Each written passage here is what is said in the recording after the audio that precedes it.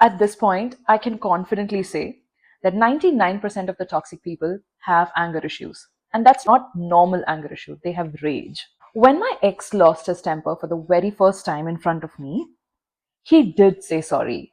He said, "My God, I'm so sorry. I don't know what happened. I'll make sure that never happens again." But then it did happen again and again. And eventually, with time, that apology became, "This is who I am. Just deal with it." But by that time, I was too deep into the relationship. Hi, guys. This is Atulya, and welcome back to my YouTube channel. So, this is a new series that I'm starting, which is Truth Over Coffee, wherein we are going to discuss real life topics over a cup of coffee.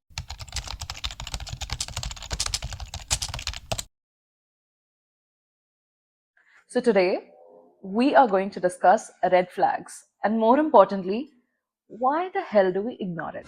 Because at the very beginning of the relationship, these red flags are not going to seem like red flags. It's just a stressful day, or I'm not feeling myself today. It's just that. But if we keep ignoring them, slowly what happens is, as the relationship crosses one milestone after another, let's say it could be moving in together, or marriage, or buying a home, or having kids, these red flags are just going to get worse. And there is no coming back from it. So, the number one red flag is trauma dumping within the first few days.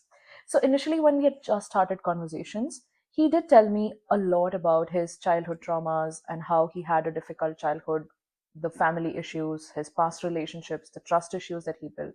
And at this point, I was actually feeling he trusts me, which is why he is sharing his vulnerable side. But now, when I'm thinking about it, I feel it wasn't really vulnerability. It was more like creating a sense of responsibility in my head. So, this is like a bait that initially they share so much that you tend to feel if you leave this person, or if you express your stuff with this person, then it's gonna hurt him so much and you cannot be that cruel to him, right? So, and then you tend to feel, I cannot abandon somebody who has been through so much in his life. Now, healthy people do not share things that quickly. They slowly build the trust and slowly then start sharing about their lives. Red flag number two is love bombing disguised as romance. The attention was intense. Constant messages, thoughtful gestures. He made me feel like I am the center of his world. And I thought that's how love is supposed to feel like. But love bombing isn't actually love. It's basically setting the bar so high that when it drops, and believe me, it will drop, you tend to question yourself, what wrong did I do? And you start chasing that initial love bombing feeling, thinking that was real. But the reality is, the phase after that is real. The initial love bombing was just a drama or a performance, so to say.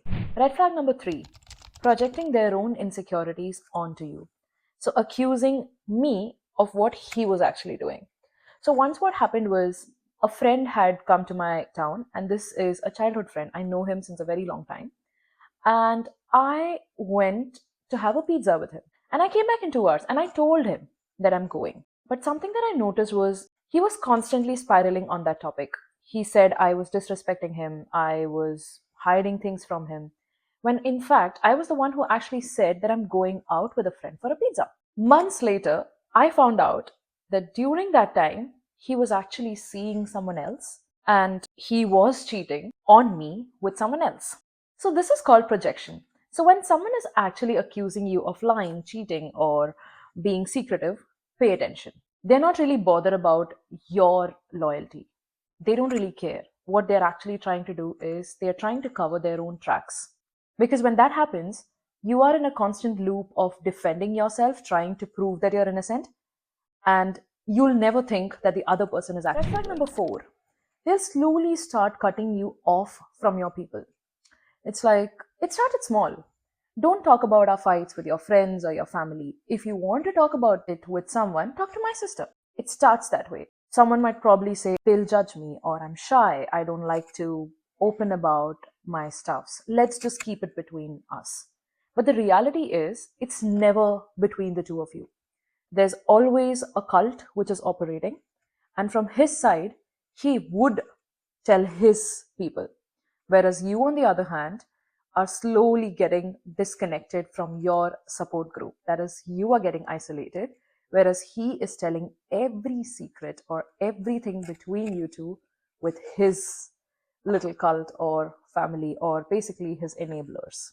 And believe me, girls, the more cut off you are from your support system, the harder it becomes to see the truth or to escape out of it. Now, I can talk about this on and on, but the point of this video is to help you understand why did it take me 2 years to actually leave that. So the real question is, why did someone like me stay in that for 2 years? Why was I ignoring the red flags? Now, believe me, it's not being naive. It's all about the timing, hope, and the way your brain processes love. So the reason number one was every red flag came with an apology. Every time something went wrong, he'd apologize. And that seemed like a genuine one. And I would feel, okay, he's understanding, he's aware of it, he's going to change. But that change never happened. So awareness without change is actually just a performance. It's just a play. It is tricking you or manipulating you into believing that this will change, but this is just a pattern which is never going to change. But each time you got an apology, you would feel that it could change. That's why you tend to stay for longer. Reason number two, I was already in love.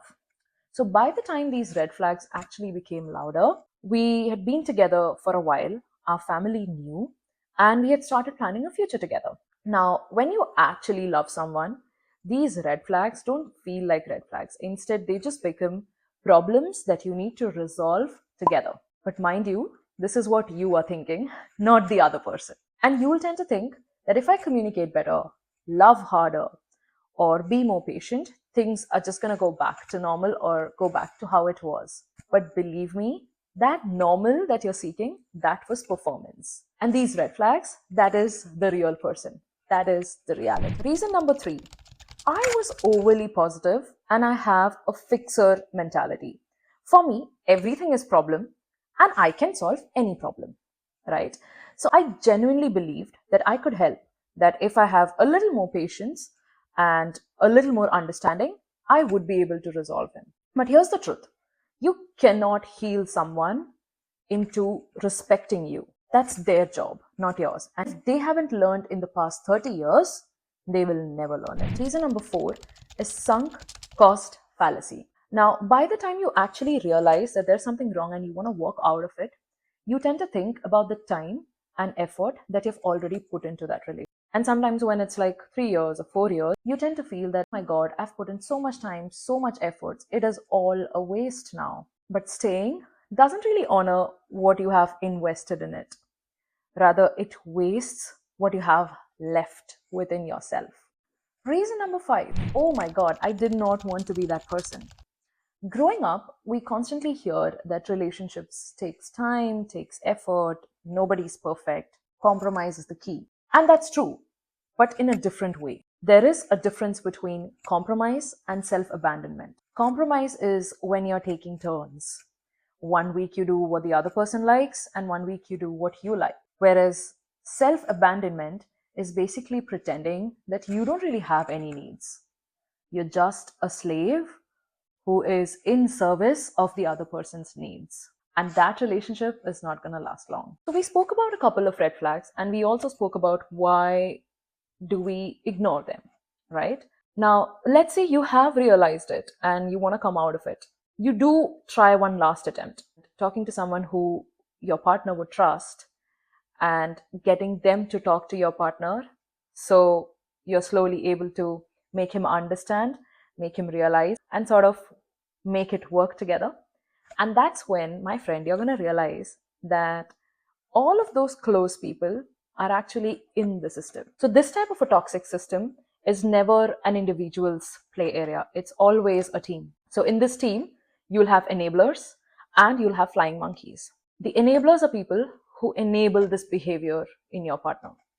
And they enable each other's this type of behavior. They will have the same set of stories, same set of victim stories, same vulnerabilities, same rage and anger issues. Doesn't change. And then you have the flying monkeys. These are people who have been so badly manipulated their entire lives that these guys believe everything that these people say. And then when you get to hear their lies, stories about you that has never happened, that's when you realize that everything from the very beginning was all just a lie and a drama. Because then they would create stories about you that never happened. And do they know they're lying? Yes, they know they're lying, because there are specific set of people who are flying monkeys to whom they actually lie. So basically, they are trying to protect their image by turning you into villain. The same way they turned other people in their lives into the villain when they first introduced themselves to you. So that's how it all connects. It starts with that trauma dumping, and then through the cycle, you go through the same trauma, and somehow you become the villain in the story. Long story short, this is a generational way of enabling each other and working. And you, my friend, will never be able to help your person to come out of it. The only way is you get out of the system. And once you get out of the system, you'll also see that there is a new victim in their story. So if you are in a similar situation, or if you know someone who is in a similar situation, here's a question that can actually help you. You need to ask yourself, am I explaining away their behavior, or am I just accepting their behavior? Explaining away is he only gets angry when he's stressed. Accepting their behavior is when he's stressed, he gets angry, he starts abusing. That's who he is. Behavior is situational, and character is consistent. So now, what to do? Step 1, write it down. Write every single detail. Do not justify, just write. Step 2, show it all to someone that you trust. Someone who's not going to comfort you, but who's matured enough to tell you the truth. Step 3, ask the question, are you explaining their behavior, or are you accepting who they are? Here's what I need you to take away from this. Recognizing red flags doesn't make you paranoid. It's just making you wise. Leaving a relationship which is actually hurting you or draining you is not giving up. That is choosing yourself. In the next episode, we are going to talk about anxiety versus intuition. How do we differentiate, and how do we understand our intuitions better so we do not end up in such situations? If this helped, save it, share it with your friends, and comment down below what are the red flags that you ignored in the beginning. With that, we come to an end to this video. Thank you so much for watching. This is me, Atulya Nair, signing off. Ciao!